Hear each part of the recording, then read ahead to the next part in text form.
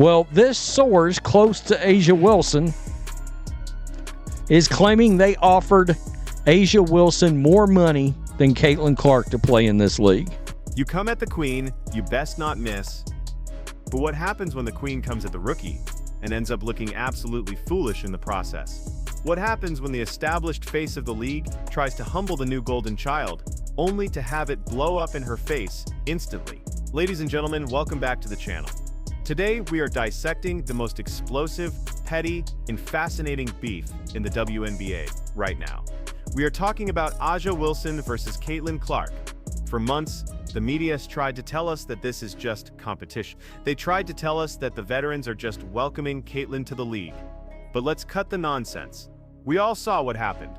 We saw the hard fouls. We saw the shade in the press conferences. And most importantly, we saw the moment A'ja Wilson tried to embarrass Caitlin Clark and instead exposed her own insecurity to the entire world. This story isn't just about basketball, it is about power. It is about money, and it is about a changing of the guard that some people are refusing to accept. Because when A'ja Wilson, the two-time MVP, the champion, the face of the Las Vegas Aces, decided to take a shot at Caitlin Clark, she thought she was asserting her dominance. She thought she was reminding everyone whose league this is. But the reaction she got, the backlash from the fans, and the response from Caitlin Clark on the court, it was instant karma. And today, we are going to break down exactly how this backfired and why A'ja Wilson might have just lost the war before it even started. Let's set the stage, because context is everything. A'ja Wilson has been the standard for years. She is undeniable. Her resume speaks for itself. But then, in walks Caitlin Clark, a rookie, a player who hasn't played a single professional minute yet, and she is already selling out arenas that A'ja Wilson couldn't fill in 5 years. She is signing a $28 million shoe deal with Nike, the biggest in history, before A'ja even got her own signature shoe announced. You think that didn't sting? You think A'ja Wilson, watching a 22-year-old girl from Iowa get the red carpet treatment that she felt she deserved, wasn't feeling some type of way? Of course she was. And that jealousy, that resentment finally bubbled over. It started with the subtle the tweets about charter flights and how some people get special treatment. It continued with the comments about race, where A'ja implied that Caitlin's popularity was largely due to her being white, ignoring the fact that Caitlin was pulling up from the logo and dropping 40 points a game. But the real attempt to embarrass Caitlin came on the court and through the media narrative that the Aces tried to push. The plan was simple: bully the rookie, make her look weak, expose her defense. A'ja Wilson and the Aces wanted to welcome Caitlin to the big leagues by physically dominating her, trapping her, and making her stats look terrible so they could say, "See, she's just hype." They wanted to create a highlight reel of Caitlin Clark struggling against the real superstar. A'ja Wilson wanted that clip. She wanted that viral moment where she blocks Caitlin or scores on her and stares her down, signaling to the world that there is levels to this game. But here is where it backfired. And it backfired beautifully. Instead of looking like the dominant veteran teaching a lesson, A'ja Wilson and her squad looked like bullies who were obsessed with a rookie. The aggression was too high. The focus was too intense. It didn't look like basketball. It looked personal, and the fans saw right through it. When you are the MVP, when you are the best in the world, you don't need to try that hard to prove a point against a rookie. By trying so hard to embarrass Caitlin, A'ja Wilson inadvertently elevated her. She showed the world that Caitlin Clark is a legitimate threat. You don't send double teams and hard fouls at a nobody. You do that to a killer. A'ja confirmed Caitlin's status by treating her like the ultimate enemy. And let's talk about the backfire on the business side, because this is where it gets hilarious. A'ja Wilson thought that by diminishing Caitlin's hype, she would remind Nike and the sponsors that she is the real asset. She thought if she outplayed Caitlin, the fans would switch sides. But the exact opposite happened. The constant attacks on Caitlin Clark only made her fan base stronger. It created a Caitlin against the world narrative that is marketing gold. Every time A'ja or another veteran throws shade, Caitlin's jersey sales go up. Every time they try to haze her, the TV ratings spike, because people want to see if the rookie can survive. A'ja Wilson tried to gatekeep the league, but all she did was give Caitlin the keys to the castle. Look at the optics. You have A'ja Wilson, a solidified legend, looking bitter, looking pressed.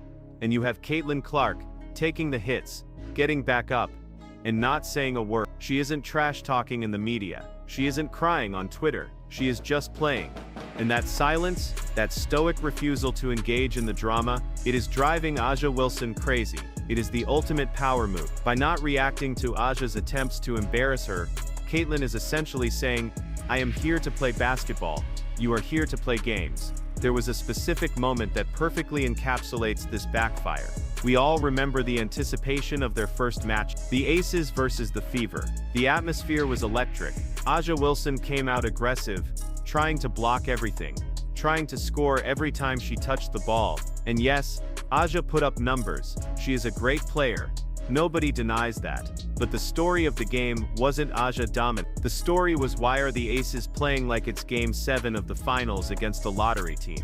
It looked desperate. And in the middle of all that pressure, Caitlin Clark hit those signature step-back threes. She made passes that thread the needle. She didn't, and when the dust settled, the conversation wasn't about A'ja's greatness. The conversation was about the hate. It was about the jealousy. A'ja Wilson wanted the headline to be Wilson Schools Clark.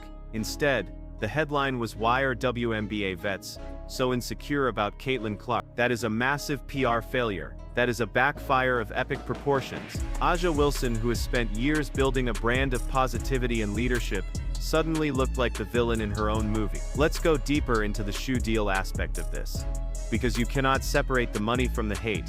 When news broke that Caitlyn was getting $28 million in a signature shoe immediately, A'ja Wilson's reaction was telling. She posted tweets.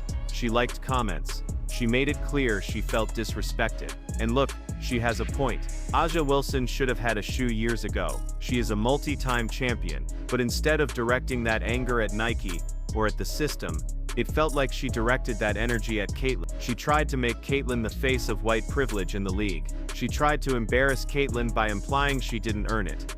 But that backfired, because when you look at the numbers, the ticket sales, the viewership, the merchandise, Caitlin Clark is generating more revenue for the league in 3 months than most players do in a lifetime. Facts don't care about your feeling. By attacking Caitlyn's deal, A'ja just highlighted the fact that she wasn't moving the needle the same way. It forced a comparison that A'ja Wilson actually loses when we talk about business metrics. It made people dig into the numbers and realize, wait, Caitlyn actually is underpaid for the value she brings. A'ja tried to expose Caitlyn as an industry plant, but instead, she exposed the WNBA's failure to market its own stars effectively for the last decade.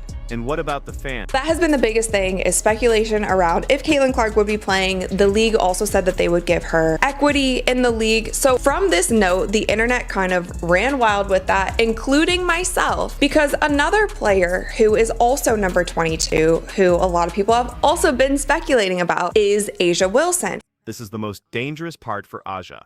The WNBA has a core fan base, sure, but Caitlin Clark brought in millions of new fans. These people don't know the history, they don't know the politics. They just see a rookie being targeted by angry veterans. A'ja Wilson is risking alienating the new audience that is finally paying the salaries.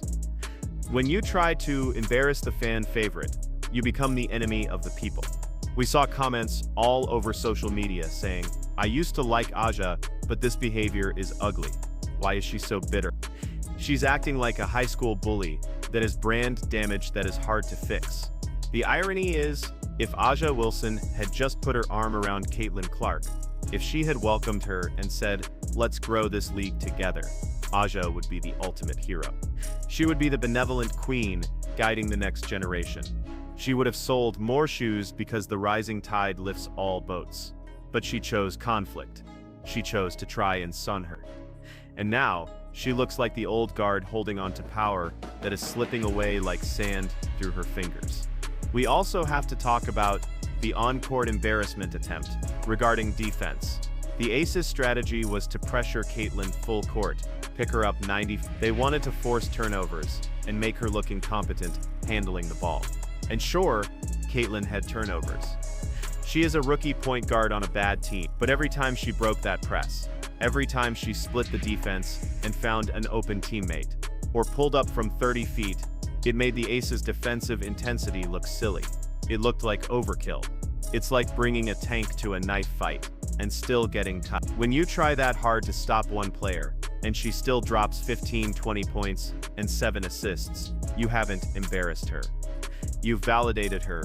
Furthermore, let's look at the chemistry within the league. Other players are starting to see this backfire too. We are seeing players realize that the hate Caitlyn train is a bad look, and Aja is the conductor of that train. If the league perception shifts, and people start seeing the veterans as bitter, that hurts everyone's pockets. The new media rights deal is coming up. The valuation of the league is skyrocketing because of the Caitlyn Clark effect. By trying to embarrass the cash cow, Aja Wilson is essentially biting the hand that is about to feed her a max contract. It is short-sighted, it is emotional, and it is bad business. Caitlyn Clark's response to all of this has been the ultimate kill him with kindness and kill him with success. She praises Aja in interviews. She calls her a great player. She respects the game, and that contrast makes Aja's aggression look even worse. It makes Aja look unprovoked. It paints a picture of a one-sided beef, where the veteran is shadowboxing a ghost. Caitlyn is living rent-free in their heads, and she isn't even paying utilities. So, where do we go from here? The attempt to embarrass Caitlyn Clark has failed. The welcome to the WNBA moments have happened, and she is still standing. She is still starting. She is still selling out arenas. The narrative has shifted from can Caitlyn survive to why won't the vets let her live. Aja Wilson needs to pivot. She needs to realize that this backfired and change her strategy, because right now, every time she rolls her eyes, every time she throws a subtweet, she loses a little bit more of the respect she worked so hard to earn. The reality is, the torch is being passed, whether Aja Wilson likes it or not.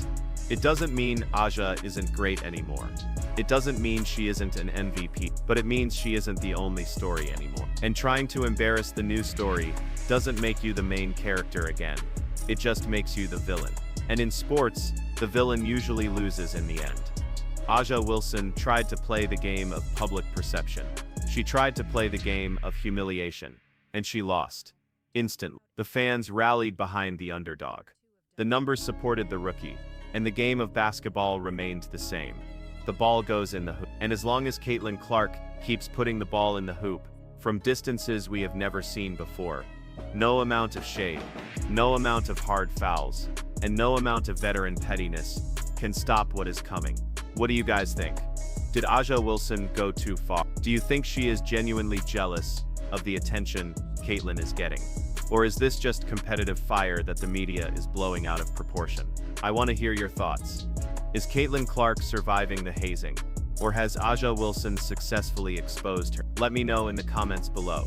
And if you enjoyed this deep dive into the drama, smash that like button, subscribe to the channel, and hit the bell so you never miss an update on the WNBA war. This is only the beginning. The playoffs are coming, and if these two teams meet again, it is going to be absolute fireworks. Thanks for watching, and I'll catch you in the next one.